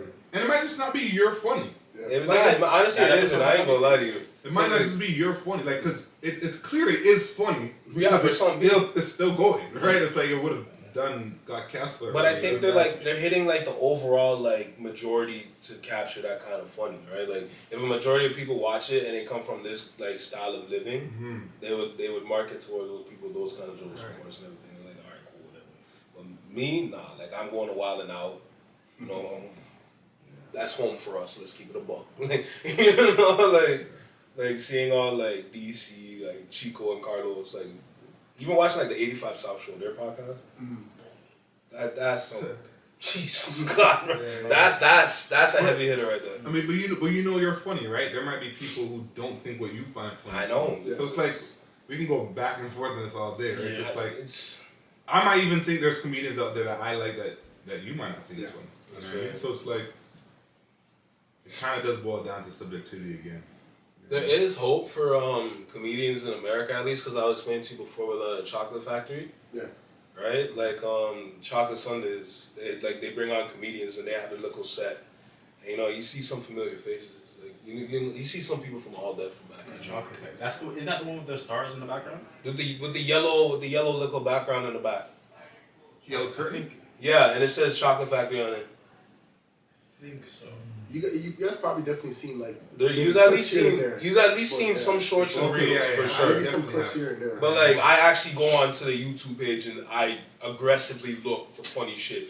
Cause like they have some people on there that are funny. Yeah. You don't know their names, nothing, but like they have jokes. So there's hope out there. At least there is like a main like area that you can go to.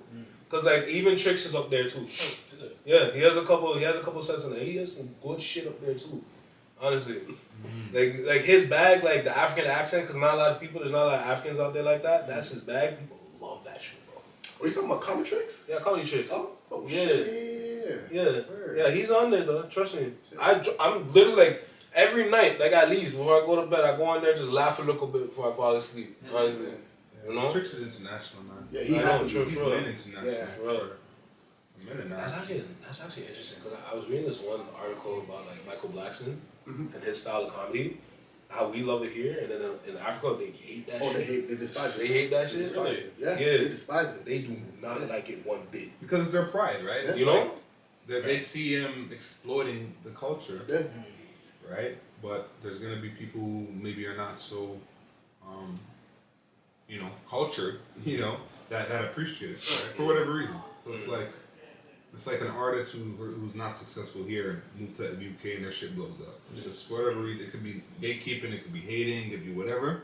But you change your scenario and now you're producing different results. I honestly think they're kind of using Michael Blackson to kind of gatekeep the African comedians.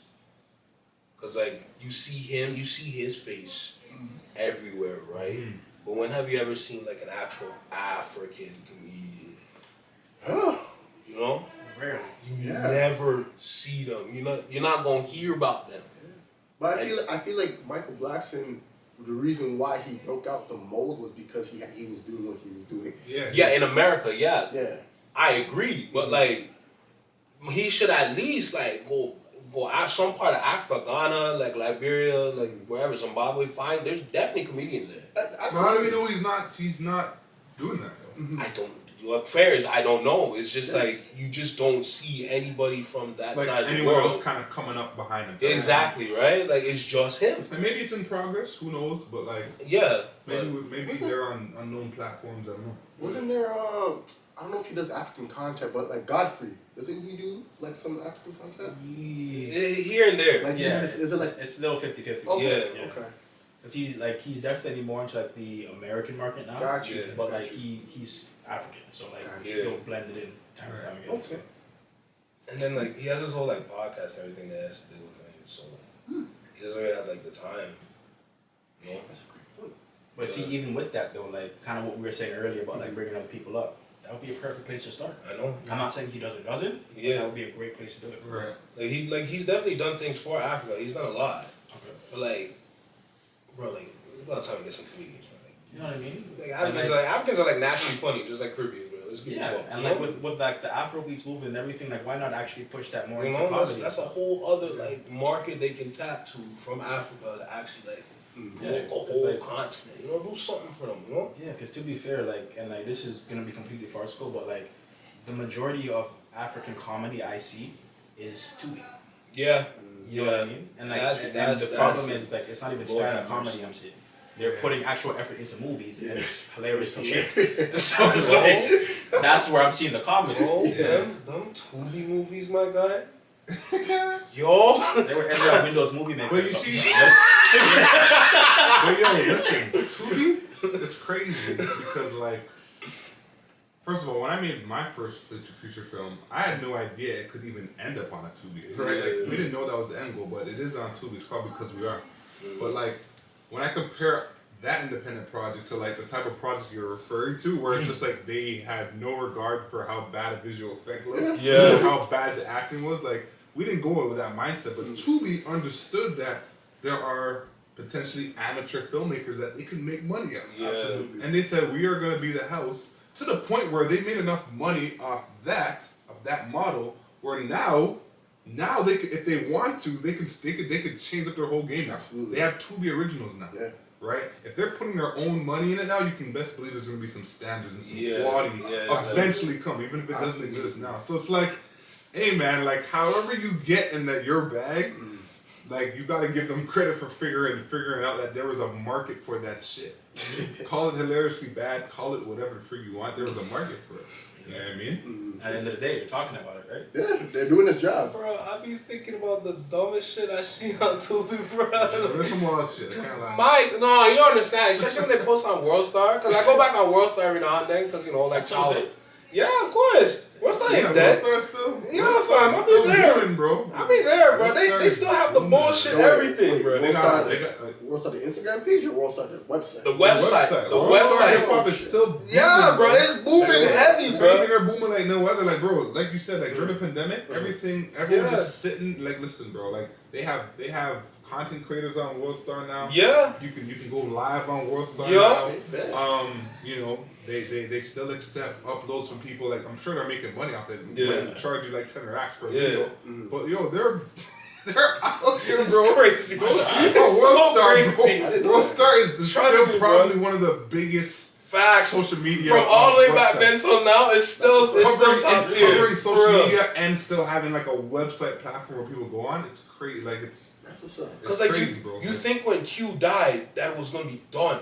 I Nah, don't even know who that is. that was the creator of Worldstar. Yeah, the Isn't it? founder. Yeah. So he passed away, and then everyone thought like, oh, Worldstar's How did done. he pass away? I think it was like heart failure or something. Because he was a big guy, you know. Man, But man, nah, just it remember took shit. off. Bro, from like once like the Worldstar fights and stuff on Twitter kind of died down, I was gone. I yeah. was off it. I thought it died That's down. fair. That's fair. You know what I mean? Like I knew it was kind of around for maybe like a couple years after, Yeah. but then I haven't heard shit from it like for the longest. It's just all whole other content that Bro, just like. it's a whole new world now, Bro, man. literally, like sometimes you catch that at the right time, and you see some Canadian shit up there, bro. Yeah, yo, We've been yo, making we it see on some there, Toronto bro. viral videos pop for up on there real. too. Like, listen, they're eating anything, bro, because they understand. They've done this long enough to understand that they can break down what good content or potentially viral content is. Yeah, And they have no problem taking a chance, posting it on their website. yeah. And extracting the video from wherever. Sometimes it's people actually saying, hey, I want to take my chance. Here's my bread. Let's see if it blows up on your side. Mm-hmm. And sometimes it's just them grabbing content that they feel is relevant to their platform. Yeah. Right? But it's definitely expanded. It's definitely evolved. 100%. Crazy. 100%, bro. Trust me. Worldstar, that's not dying anytime soon. I ain't gonna lie. Nah, bro. That's what's up. I mean, But that's why it's so important to have a team, because if something did happen, let's say you were the creator of something, like a platform like Worldstar. Yeah. It's like if something did happen to you, God forbid, like you have a team to kind of carry on that legacy, right? To pass the baton over to, and to build that business. That's why I'm trying to build a team for this podcast, right? Yeah.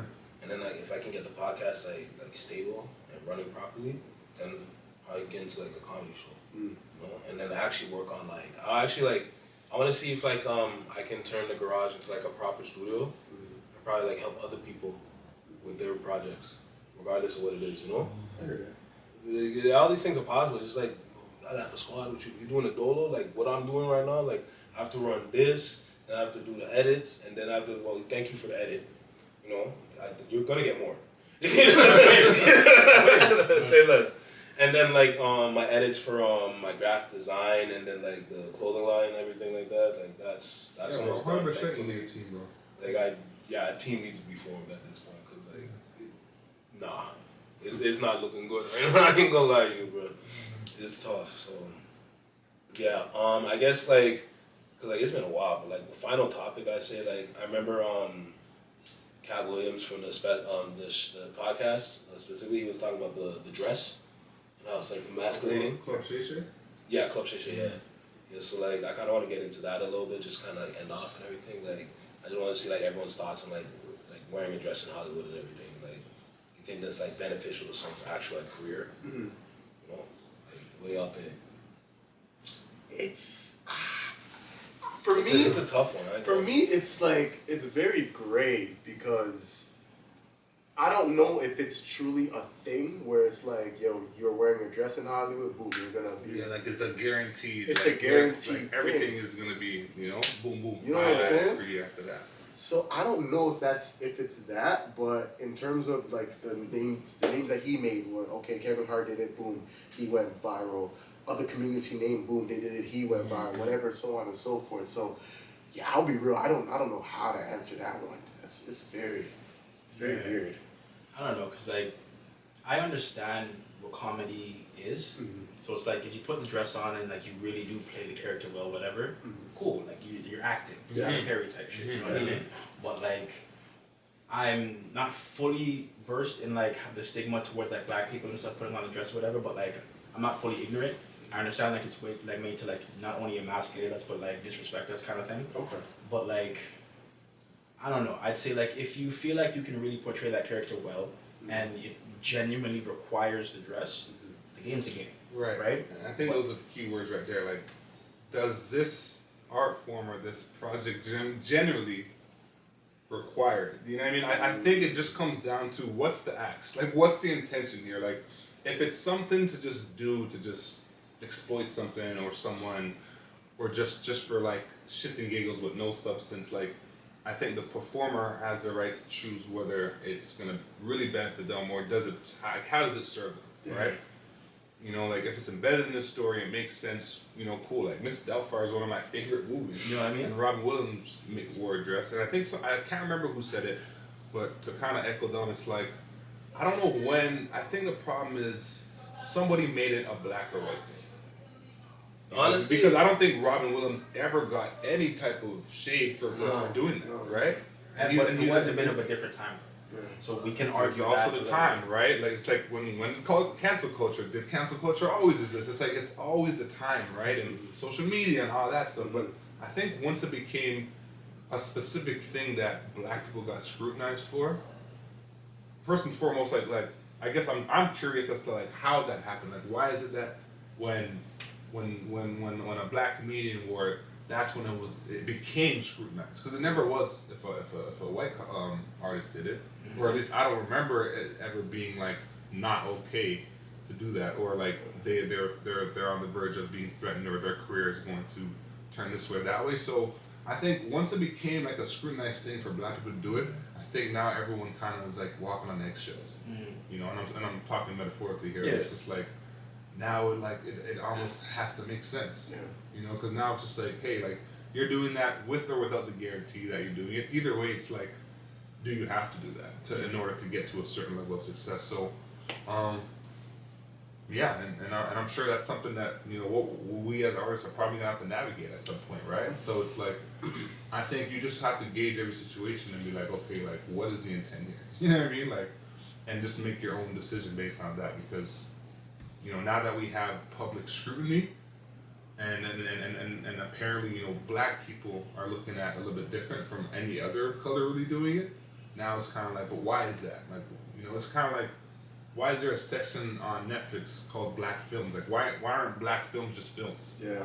Like, why are we still segregating certain topics, right? So I think it does become a bigger picture discussion like that, you know, and yeah, it's just I'm just trying to figure out when it became a black or white thing. I think that's what really started the scrutiny. I think it naturally became that, to keep it a buck. Cause naturally? Like, honestly, I think it was like something that like was started from some. Not started from like the jump, but like it was picked up. You know, like you just like when you put like two and two together, because like I kind of understand. Like I'm the kind of person I understand both sides when it comes to things. So like when you look at this one specifically, people are gonna look at, okay, when a white person does it, you know, like they ain't got no problems basically. But when we do it, it's problems upon problems for no reason. You know, that's why when like you see like Eddie Griffin or like Cat Williams, they look at the dress like they will never put that on, because it would actually like be detrimental to their career. You know, even like Big Mama House 2. Yeah, so when he put on the dress, it ruined his career. You see? So it says, yeah. Yeah. You know, so like it's kind of tough to kind of gauge, because like when you look at like our prominent comedians that did it, there's not a lot, mind you, compared to like the white comedian, because there's way more, of course, and they did it further back in the day. But when we do it, it's a problem for our careers and everything. Actually, it's a problem whether we do it or not, because like it's also kind of like a form of gatekeeping as well. Because like I remember Cat Williams had a skit about this on one of his, like, it was like a Jason Lewis comedy show, where it's like he's explaining like the process of how they try to get him in a dress, and say like, if you don't do it, you're gonna lose this, this, and this.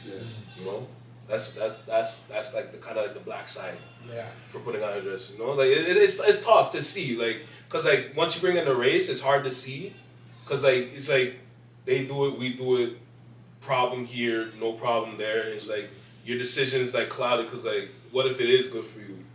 Cause like it did work for a lot of our comedians, but it's tough, you know. And How do you like? And I'm like really thinking about it too, because you mentioned like how Brandon T. Jackson did try to do it, it didn't work out for him. Yeah. And there's other comics that try to do it and they worked out for them. Do you think it's because of like, I'm asking the room the question.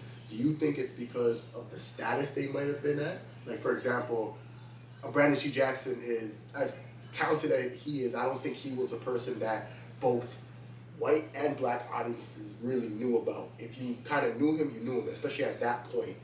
But for a guy like, example, Eddie Murphy that did Norbit, and he played a woman like Respucia. Eddie Murphy is known and loved by both white and black people, so he kind of flourished. I feel like Kevin Hart as well, loved by white and black people. He wore a dress, kind of flourished. So do you think it's kind of your status, if it would be successful or not? It's definitely the status, like, to be honest, because like Brandon T. Jackson, yeah, like he's been like at that time, like the accolades, like the movies he had were great. He was racking them up. Yeah. You know, he was definitely racking up. So he probably thought did like Tropic Thunder. Tropic Thunder. Yeah. He did Roll Bounce, and the He actually had a lottery really good performance. lottery ticket too. Yeah, so like and even like other movies like the Percy Jackson shit. Yeah, the Lightning Thief. Yeah. But another thing is like, so for him, like, it didn't work. So yeah, definitely like status and all that. But like, me personally, like my opinion, like when I look at like the top comedians that did it, and like they were successful and everything, a lot of them stopped doing comedy. Like Eddie Murphy, for example. He just like when it came to comedy, just like they switched like the transition to acting. Yeah, They transitioned to acting. no, just like.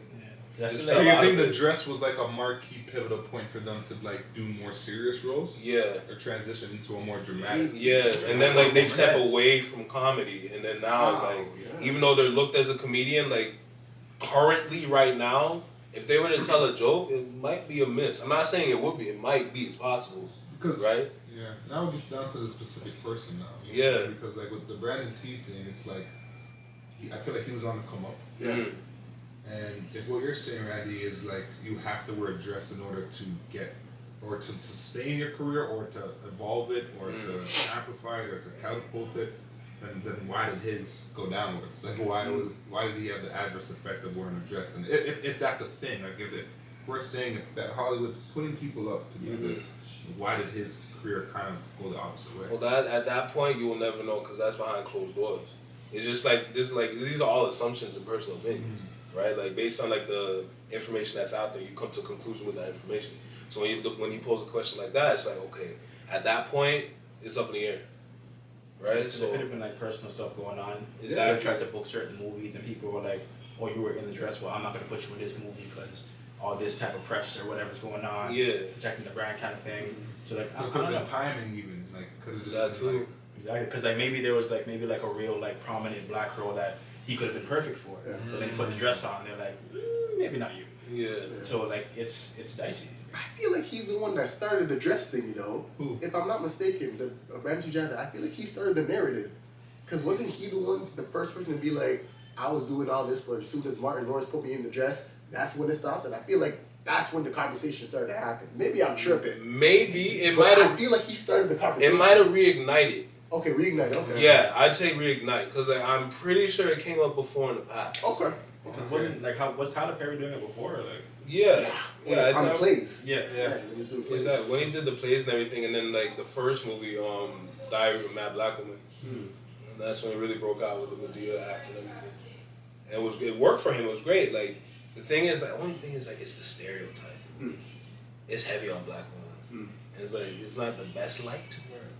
That it puts them into like you already know me when it comes to black women. I put them on like a high pedestal and all that shit. You know, like that's me personally. So it's tough. Like it's tough because it's all for the sake of comedy and like comedy's subjective and all that. So you know, it's just that was his decision. The decision worked for him. Now he has like all these billions of dollars now. And he's like, you know. I guess it also comes down to like timing as well, and like again, like is it really like required for what you're doing? Yeah. Because it's like with Tyler Perry stuff, it makes a lot of sense because it's like there's a lot of messages and like the singing and like the theatrics, so like it's a big thing. Yeah. But like with Brandon T. Jackson or like even Martin Lawrence and them, like you're portraying a character, yes, but like is it really hitting that much? You're gonna learn way Like, what's more the from a theater. longevity of it? Exactly. Are you just playing a cameo in a dress? Like Tyler Perry made a whole brand out of it. Yeah. And there's messages Out of behind the it. deal, There's right? positives behind it. So it's like- Christian ethics, all type of thing. And Even you're- like raising children, like really raising them the black way kind of thing. Like Tough. That's another question. I know it's No, so yeah, like I made sure to find the right questions for this one. I ain't gonna lie to you. Like, it's important to talk about these things. I got a You know? question. What? So like you make movies, you make content, you're just you. Yeah. So not to be rude, but like, honestly, you're figuring it out. bear with me. Yeah. So like for you specifically, would you ever cast somebody in a movie to wear a dress, black or white? Would you ever make some content that requires you to do so? Not entirely sure I can pivot it towards you, but I guess more so like would you, I guess you probably would, like would you have someone on that would like kind of talk about them wearing the dress kind of thing? Yeah. See like, Well, So I guess to like Randy's more- point, I guess it's like his intention, I guess, to bring someone on who has done it would be to unpack it, right? Yeah, definitely. I would just have to understand, like, especially because, you know, I've been fortunate and unfortunate, and I say it in two ways because it's like I've been fortunate enough to be the head of my own productions, right? It's like if I'm producing my own stuff, I call the shots, right? So I would have to understand why I'm even doing that. Like there has to be intention there, right? If I'm jumping on someone else's product, it doesn't matter. I would still need to understand what the intention is here, right? So, yeah, I mean, I don't know if that even answers any whatever question, but it's just like, as long as it makes sense. why, like, what is the intent here? Like, intention is everything, you know what I mean? Like, do you absolutely need that? You know, yeah. A lot of times you don't. Yeah, It could enhance a scene, absolutely, but like you never know. yeah. Like you really have to sit there with your team and like really figure out like, do we absolutely need this in the movie or show or whatever. Because I guess my simple counterpoint is, and I know it's comedy, I know it's performative, I know it's like, you won't get the same reaction as a guy in a dress, which is a random woman, or just a talent, a female talent, or, you know, a woman talent. Like, if there's a role that is requiring all the specifics and characteristics of a woman, then why not just have a woman? Like that's my question, right? And then after all that's exhausted, if I understand why it needs to, whether it's for comedy relief or a deeper reason than that, then I think it's a process that you can re-gauge, you know what I mean? But it all comes down to the intent, for me, at least as an artist. Even like think about it like this, like say if like it comes down to it where you need someone in a dress, regardless of man, woman, anything else, right? Yeah. What makes more sense? A lot of times, to be honest, if you find someone's auntie, you know, that wears like a regular nightgown and all that, and you bring her into a scene, honestly, that would do better than if you would have a man in a dress to do that. Cause what comes to mind, like I don't know why this came to my head, but the one lady, when she's like, she had the 2 pots and pans, and she banging together talking about she ain't getting no sleep because of y'all. So y'all ain't gonna get some sleep because of me. You know, like, are you ever gonna get that from a man? Like, think about that, you know? Like, honestly, like, it comes down to finding the right person for the right job. You know, and then Hollywood's different because, like, there's any kind of job that you can create. So, No, I hear that, and I even agree with him by saying it's all in the intent at the end of the day, because if I was in my position and I was born to work on a project and they said, hey, listen, we want you to wear a dress, then I'm going to have that conversation not only with myself but with the team as well. Like, okay. Respectfully. Yeah, Like, what is the goal here? What are we trying to I accomplish? understand this is what we're trying to do, but is there a way we can maybe try different avenues? No, okay. Can we try this avenue? No, okay. Then let's keep That's having what I'm that saying. Exhaust conversation. all the options. You know what I'm saying? And then, Until you know? we come to the point where like, okay, now if it's on me, then I gotta have that conversation with myself. Do I really need to do this in my career? Do I really want to do that? And in terms of myself, like, if the product requires it, then does it need to get done? Because I know for me, if I'm making like a short form video, if I'm playing a character like, for example, a mother, I have no problem with putting on a bonnet a role and be like, okay, Yeah. I'm playing the role of the mother to my extent, because I understand, okay, that if I'm playing this role by myself, and that one of the You have to do it. I gotta do it. exactly. And obviously That doing it makes sense, to yeah. I'm not doing it to a point where it's like, okay, I'm gonna be super like Yeah. outside of it. I'm still gonna be me when I'm doing the type Exactly. shit where it's like, okay, we can understand he's playing the mother, but he's not trying to change the way he is just to get a laugh. Exactly. You know what I'm saying? I'm still being authentic when I'm doing it. So it comes down to the intent, and if I'm going to do it, can I still be my authentic self by doing so?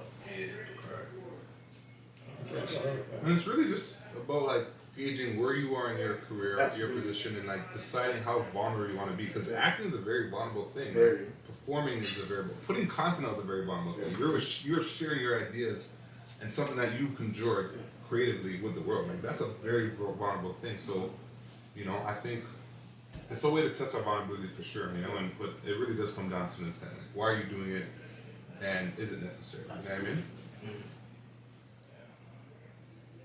Every topic. Yeah, man. That was a great question. Yeah, I know for sure. Me personally though, never. Never. Couldn't pay me enough. If it And makes you have your sense, great. reasons. Exactly. You drop them right now, and now, like I respect that. Absolutely. Yeah, it's just not me. Like you know what I'm saying. I couldn't care how much the money is. I like unless like it was a requirement of like a Make-A-Wish kid or something like that. I'm not doing it. I have no purpose doing it. Like, Absolutely. even if like, cause like there are artists who like come up with like certain ideas. Yeah. Like you said, play all the roles in the family, whatever. I remember Trevor Jackson actually did it in one of his songs, for like the music video. Even if it was like that, I still didn't know wouldn't. you did that. Yeah, me neither. He played all the roles. Like he played like cousin, himself, auntie, all like he played the whole thing, and like it made sense for the video. Don't get me wrong. Yeah, yeah. Because like the song was talking about being a girl's everything. So like he like I'll be your love, I'll be your family, I'll be your everything, right? Oh, wow. But like even with me, like I just no matter what the reasons for the dress, you're not gonna find me in it. Simple as that. No, I hear that. I absolutely hear that. What about you? When you put on the dress? But yo, let me be clear about the things too, because I don't want it to be misconstrued that I'm gonna put on it.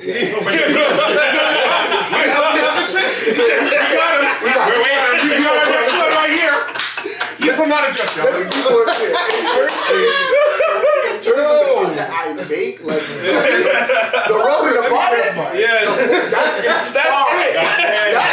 far I'm gonna go. When the camera's off, I know. If it's like a dress, the makeup, the nails, I ain't doing that. No. That's not what I'm doing. That's as far as I'm gonna go. For real. Let me make that even with clear. me actually, now you just brought it up because I remember, like I mentioned, I would do like bullshit on TikTok or whatever. Yeah. The first I went to even portray a female, I'll put like a shirt on my head. That's it. It's just say that's the woman's hair. Exactly. Yeah, I hear that. That's the most I'll Listen, we all have our limitations. Absolutely. Like, hey, you have the choice to work within them or beyond them. You know what I mean? So that's as simple as that. Yeah, for real. Simple as that, yo.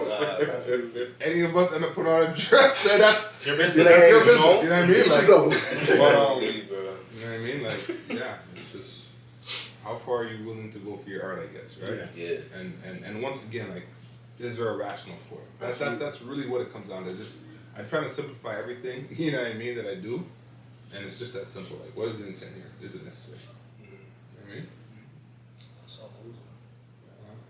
Any final thoughts on any of the topics? Anything like that?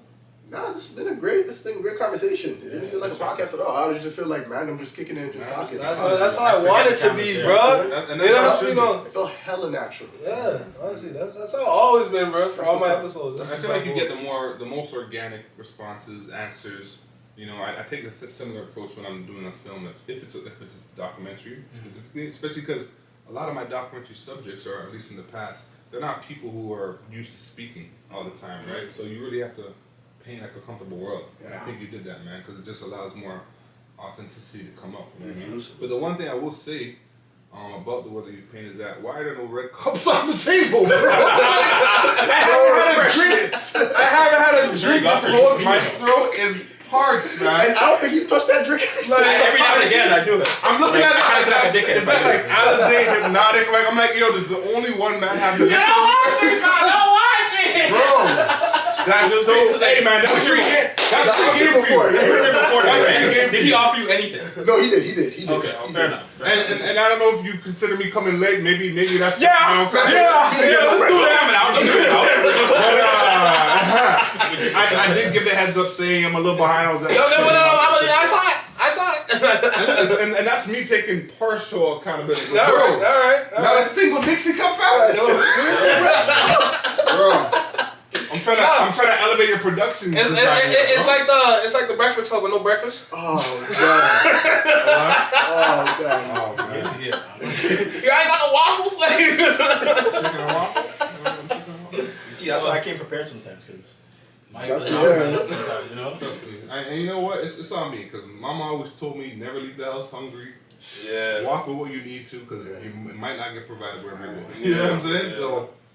Like I was explaining, because like honestly I was expecting a lot more people for today. Yeah. And one of the goals, like I told you, when we have more people, I'll actually go into the cupboard and start making drink. Oh, For the okay. client. So 4 people is not enough for you. Nah, like the most I had, like in the Five is enough. Nah, because think about it. When I first had drinks here in the garage, mind you, I fit 6 people in there. Okay. Right? And that's when we first had drinks in here. Right. Like beer, whatever, and all that, and people drinking and vibing. Yeah, 6 people in the garage we fit. I don't know how we did that, but we did it. You know, we all crowd around that one big table and it worked. Yeah. We got the angle and everything. One man was cut off a little bit, but it was you know, it was there. But yeah, like so, like I put the idea in my head, like when I have bigger groups, that's when I make it more interesting. Right now, we just vibing and chilling. No, yeah, You know, We can still vibe and chill with a drink. Because according to your own metrics, Randy, wouldn't it be easier to provide 2 drinks as opposed to 6?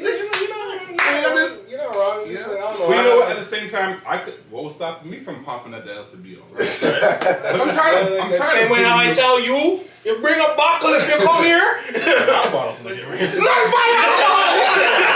I brought Naya water. That's a wrong buckle. Specify.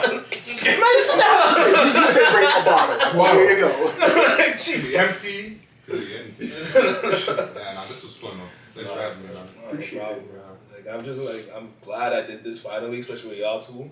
Cause I know, like, I don't want to like take too much time out of your day or anything like that. I don't want to keep calling y'all. Hey, you free for now. Y'all have y'all shit you have to do. Right? I want to get people that are like they're like free on the right days. Everything. I want to make sure like I don't want to cut into your day too much. No, and this That's basically that's why I do it on Sundays. This, and like I said, you painted a perfect scenario where we can come, we can chill, we can vibe out. I finally get to meet this guy in person. I've been following him. Trust me. Now I can actually meet him in person. Right, nah, for real. Meeting all mans here too, so it's just like, nah, I appreciate this. You know, This was a great environment, for real. real.